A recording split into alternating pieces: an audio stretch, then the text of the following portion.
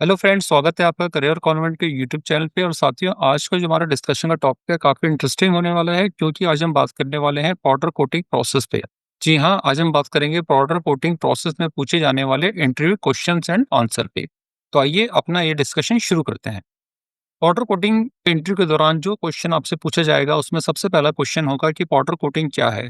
देखिए, powder coating एक ऐसा ड्राई फिनिशिंग प्रोसेस है जिसमें पाउडर फॉर्म पेंट को इलेक्ट्रोस्टैटिक मेथड से कंपोनेंट की सरफेस पे अप्लाई किया जाता है और फिर क्यूरिंग ओवन में हीट देकर एक स्मूथ और ड्यूरेबल फिनिश बनाई जाती है।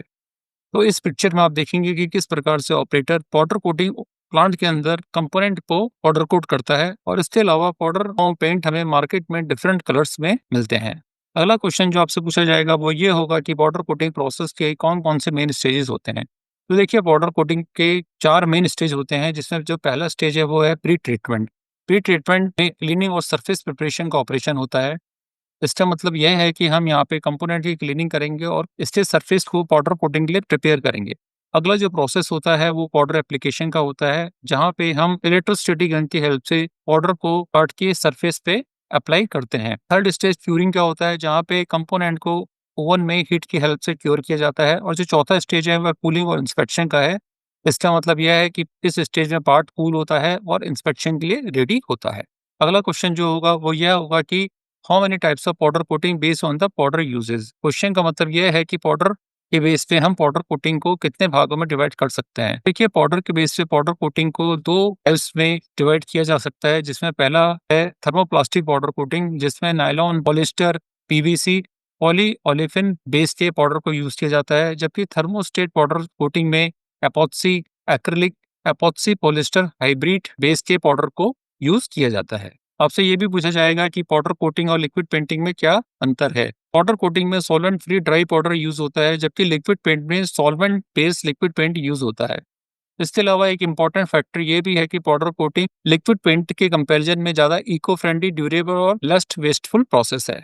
इंटरव्यू में एक इम्पॉर्टेंट क्वेश्चन ये भी पूछा जाता है कि प्री ट्रीटमेंट प्रोसेस क्या होता है और वह क्यों जरूरी है। तो ये पाउडर कोटिंग में प्री ट्रीटमेंट के थ्रू कंपोनेंट की सरफेस से ऑयल, ग्रीस, डस्ट, रस्ट आदि हटाई जाती है, ताकि पाउडर की एडेशन कंपोनेंट पे स्ट्रांग हो और जो कोटिंग की लाइफ है वो भी हमें लंबी मिले। जनरली पाउडर कोटिंग में प्री ट्रीटमेंट के लिए 7 टैंक प्रोसेस से यूज किया जाता है, जिसमें जो पहला टैंक होता है वो डिक्रीजिंग का होता है, सेकंड टैंक वाटर रिंस का, थर्ड टैंक डिरस्टिंग का, फोर्थ टैंक वाटर रिंस का, फिफ्थ टैंक सरफेस एक्टिवेशन का, सिक्स्थ टैंक फॉस्फेटिंग का और seven tank again water rinse का होता है। यह 7 टैंक प्रोसेस क्या होता है, इसको समझने के लिए मैंने एक वीडियो बड़ी डिटेल में बनाई है। आप उस वीडियो में जाके इस प्रोसेस को अच्छे से समझ सकते हैं।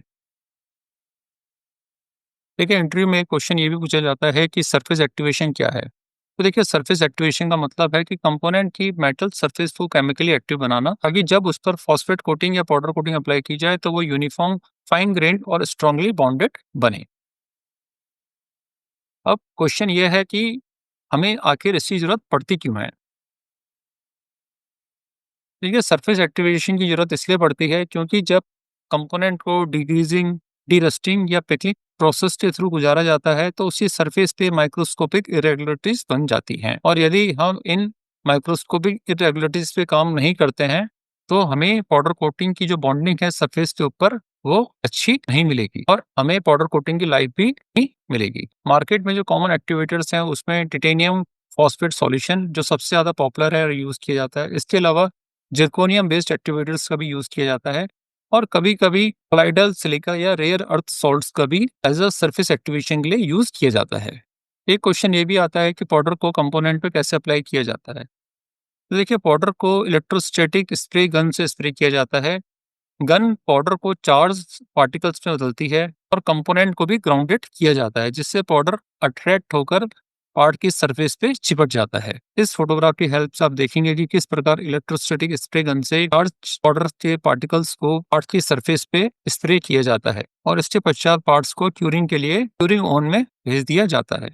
एक क्वेश्चन ये भी पूछा जाएगा कि पाउडर स्प्रे बूथ क्या होते हैं। देखिए, पाउडर स्प्रे बूथ एक एंक्लोज चैम्बर होते हैं जहाँ पे पाउडर स्प्रे किया जाता है।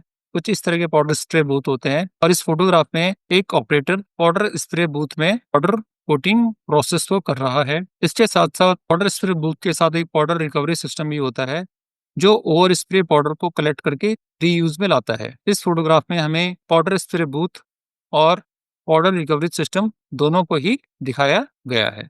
अगला क्वेश्चन ये पूछा जाएगा कि पाउडर कोटिंग में कौन कौन से इक्विपमेंट्स यूज किए जाते हैं। तो देखिए, पाउडर कोटिंग में पाउडर कोटिंग बूथ का यूज किया जाता है। इसके अलावा powder spray gun, control unit, curing oven और प्री ट्रीटमेंट टैंक, ये वो सभी इक्विपमेंट है जिनका यूज पाउडर कोटिंग में किया जाता है। आपसे ये भी पूछा जा सकता है कि क्यूरिंग प्रोसेस क्या होता है और क्यूरिंग के बाद कंपोनेंट को ठंडा क्यों किया जाता है। देखिए, क्यूरिंग में कोटेड कंपोनेंट को ओवन में 160 से 200 डिग्री सेंटीग्रेड तक के टेम्परेचर पर गर्म किया जाता है ताकि पाउडर मेल्ट होकर एक हार्ड ड्यूरेबल फिनिश कंपोनेंट के ऊपर बना सके।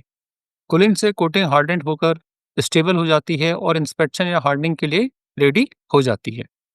एक क्वेश्चन ये भी पूछा जाता है कि पाउडर कोटिंग की थिकनेस कितनी होती है और कौन कौन से मेटल्स पे पाउडर कोटिंग की जा सकती है। जनरली पाउडर कोटिंग प्रोसेस में हम कोटिंग की थिकनेस को 60 से 120 माइक्रोन पर मेंटेन करते हैं और इसके अलावा ये डिपेंड करता है कि कंपोनेंट क्या एप्लीकेशन और उस पर मटेरियल क्या यूज हो रहा है। इस चीज पर भी पाउडर कोटिंग की थिकनेस डिपेंड करती है। पाउडर कोटिंग की थिकनेस को चेक करने के लिए DFT dry film thickness tester का यूज किया जाता है। इस फोटोग्राफ की हेल्प से आप देखते हैं कि किस प्रकार डीएफटी की हेल्प से कंपोनेंट के ऊपर कोटिंग की थिकनेस को मेजर किया जाता है और अभी जो उसमें रेटिंग है वो 78 माइक्रोन की रीडिंग को दिखाता है। इसका मतलब यह है कि इस पार्ट के ऊपर पाउडर कोटिंग की जो थिकनेस है वो 78 माइक्रोन है। Powder coating generally steel, aluminium, GI, galvanised iron, cast iron और जिंक कोटेड मेटल्स पर की जाती है। एक क्वेश्चन ये भी आता है कि पाउडर कोटिंग प्लांट्स के टाइप्स कौन कौन से होते हैं। तो देखिए, पाउडर कोटिंग के जो प्लांट्स हैं वो 3 तरह से बनते हैं, जिनमें मैनुअल पाउडर कोटिंग प्लांट जो कि इस तरह से होता है जिसमें एक बूथ का यूज होता है, सेमी ऑटोमेटिक प्लांट कुछ इस तरह से और फुली ऑटोमेटिक कंप्रेस्ड प्लांट होते हैं। तो जनरली 3 तरह के जो प्लांट हैं वो पाउडर कोटिंग प्रोसेस के लिए बनाए जाते हैं। आपसे ये भी पूछा जाएगा कि सेमी ऑटोमेटिक और फुली ऑटोमेटिक प्लांट में क्या डिफरेंस होता है। तो देखिए, अगर हम ऑपरेशन वाइज समझें तो सेमी ऑटोमेटिक प्लांट में कुछ ऑपरेशंस मैनुअल हो सकते हैं और कुछ ऑटोमेटिक हो सकते हैं। जैसे कि स्प्रे जो प्रोसेस है वो मैनुअल हो सकता है और जो कन्वेयर होगी वो ऑटोमेटिक होगी। जबकि फुली ऑटोमेटिक प्लांट में लोडिंग से लेकर अनलोडिंग तक का जो सारा प्रोसेस होता है वो फुली ऑटोमेटिक होता है। प्री ट्रीटमेंट प्रोसेस की बात करें तो सेमी ऑटोमेटिक प्लांट में ये मैनुअल या सिंपल डिप टाइप फॉर्म में हो सकता है, जबकि फुली ऑटोमेटिक प्लांट में यह जो प्रोसेस होगा वो कंप्लीटली ऑटोमेटिक होगा। पाउडर एप्लीकेशन की बात करें तो सेमी ऑटोमेटिक प्लांट में पाउडर एप्लीकेशन मैनुअल होता है और स्प्रे गन की हेल्प से किया जाता है, जबकि फुल ऑटोमेटिक प्लांट में यह ऑटोमेटिक होगा और ऑटोमेटिक रेसिप्रोकेटर गन्स की हेल्प से किया जाएगा। कन्वेयर सिस्टम की बात करें तो सेमी ऑटोमेटिक प्लांट में कंपोनेंट मूवमेंट सेमी ऑटोमेटिक होता है। इसका मतलब यह है कि मैनुअल लोडिंग अनलोडिंग होती है, जबकि फुली ऑटोमेटिक प्लांट में ये पूरा कंट्रोलाइज लाइन सिस्टम होता है जहाँ पे जो कंपोनेंट की लोडिंग अनलोडिंग वो भी ऑटोमेटिक होती है। क्यूरिंग ओवन की बात करें तो सेमी ऑटोमेटिक प्लांट में बैच टाइप ओवन जो कि मैनुअल लोडिंग अनलोडिंग के साथ वर्क करते हैं का यूज किया जाता है, जबकि फुली ऑटोमेटिक प्लांट में कंट्रोलाइज क्यूरिंग ओवन जिसमें ऑटोमेटिक एंट्री और एग्जिट का सिस्टम होता है यूज किया जाता है। मैन पावर की बात करें तो सेमी ऑटोमेटिक प्लांट में हमें मैन पावर की ज़्यादा रिक्वायरमेंट होती है और यहाँ पे हमें स्किल्ड ऑपरेटर की रिक्वायरमेंट होती है, जबकि फुली ऑटोमेटिक प्लांट में हमें कम ऑपरेटर्स की और लेस स्किल ऑपरेटर की रिक्वायरमेंट होती है। प्रोडक्शन कैपेसिटी की बात करें तो सेमी ऑटोमेटिक प्लांट की जो कैपेसिटी होती है वो 200 से 400 पार्ट्स पर डे की होती है, जबकि फुली ऑटोमेटिक प्लांट की capacity 1000 plus parts per day की होती है। कंसिस्टेंसी एंड क्वालिटी की बात करें तो सेमी ऑटोमेटिक प्लांट में consistency and quality operator skill पर डिपेंड करती है, जबकि फुली ऑटोमेटिक प्लांट में यह हमें यूनिफॉर्म और कंसिस्टेंट कोटिंग क्वालिटी मिलती है। इन्वेस्टमेंट कॉस्ट ऑफ यूज से समझें तो semi automatic plant moderate cost में बन जाते हैं, जिसकी जो लागत आती है वो 15 से 25 लाख रुपए आती है, जबकि fully automatic plant high cost में बनते हैं जिनकी लागत 40 लाख से लेकर 1 करोड़ या उससे भी ज्यादा हो सकती है। सेमी ऑटोमेटिक प्लांट स्मॉल या मीडियम इंडस्ट्री के लिए बहुत आइडियल है। फुली ऑटोमेटिक प्लांट जहाँ पे लार्ज स्केल कंटिन्यूस प्रोडक्शन होता है जैसे कि ऑटोमोटिव इंडस्ट्री या वाइट गुड इंडस्ट्री, उनके लिए आइडियल माने जाते हैं। आइए पाउडर कोटिंग के एडवांटेज और डिसएडवांटेज को भी समझ लेते हैं। पाउडर कोटिंग की जो एडवांटेज है उसमें इंपॉर्टेंट पॉइंट होते हैं कि ये हाई ड्यूरेबिलिटी और कोरोजन रेजिस्टेंस हमें देता है। इको फ्रेंडली प्रोसेस है, इसका मतलब है कि इसमें नॉन वीओसी एमिशन है और बेंजीन, फॉर्मेल्डिहाइड और जाइलिन जैसी गैसेस नहीं एमिट होती हैं। हाई इन्फ्लेशन मिलता है और अप टू 98% पाउडर की रिकवरी हमें इस प्रोसेस में होती है और इसके अलावा अट्रैक्टिव फिनिश हमें पाउडर कोटिंग प्रोसेस में देखने के लिए मिलते हैं। अगर हम डिसएडवांटेज को समझें तो इनिशियल प्लांट की जो सेटअप कॉस्ट होती है वो काफ़ी हाई आती है। जैसे कि हमने पिछले स्लाइड्स में देखा कि ये कॉस्ट आपकी लाखों से लेकर करोड़ों में हो सकती है। इसके अलावा जो स्मॉल टचअप के डिफेक्ट्स होते हैं, उन्हें रिपेयर या रिवर करना मुश्किल होता है और केवल कुछ ही मेटलिक सरफेस को पाउडर कोटिंग एप्लीकेशन के थ्रू पाउडर कोट किया जा सकता है। क्वालिटी पॉइंट ऑफ व्यू से समझें तो ये क्वेश्चन भी आता है कि पाउडर कोटिंग में कौन-कौन से टेस्ट किए जाते हैं। तो देखिए पाउडर कोटिंग में cross hatch test, gloss test, colour test, salt spray test, thickness measurement test, hardness test और इम्पैक्ट रेजिस्टेंस टेस्ट जाते हैं और ये सभी टेस्ट पाउडर कोटिंग की क्वालिटी के लिए इंपॉर्टेंट टेस्ट माने जाते हैं। पाउडर कोटिंग प्लांट की कॉस्ट कितनी होती है? यह डिपेंड करता है कि जो हमें प्लांट लगाना है, उसका साइज़ क्या होगा। अगर हम मैनुअल प्लांट की बात करें, तो मैनुअल प्लांट की जो कॉस्ट आती है, वो 5 लाख से लेकर 10 लाख तक आती है। जबकि सेमी ऑटोमेटिक प्लांट की जो कॉस्ट होगी, वो 15 से 25 लाख के बीच होगी। फुली ऑटोमेटिक प्लांट की बात करें तो उसकी जो कॉस्ट होगी वो 40 लाख से लेकर 1 करोड़ प्लस तक भी हो सकती है।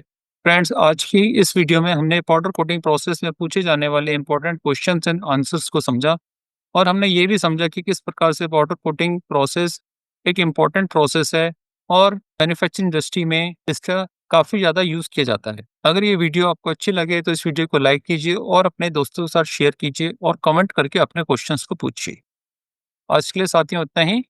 नमस्कार। Thank you.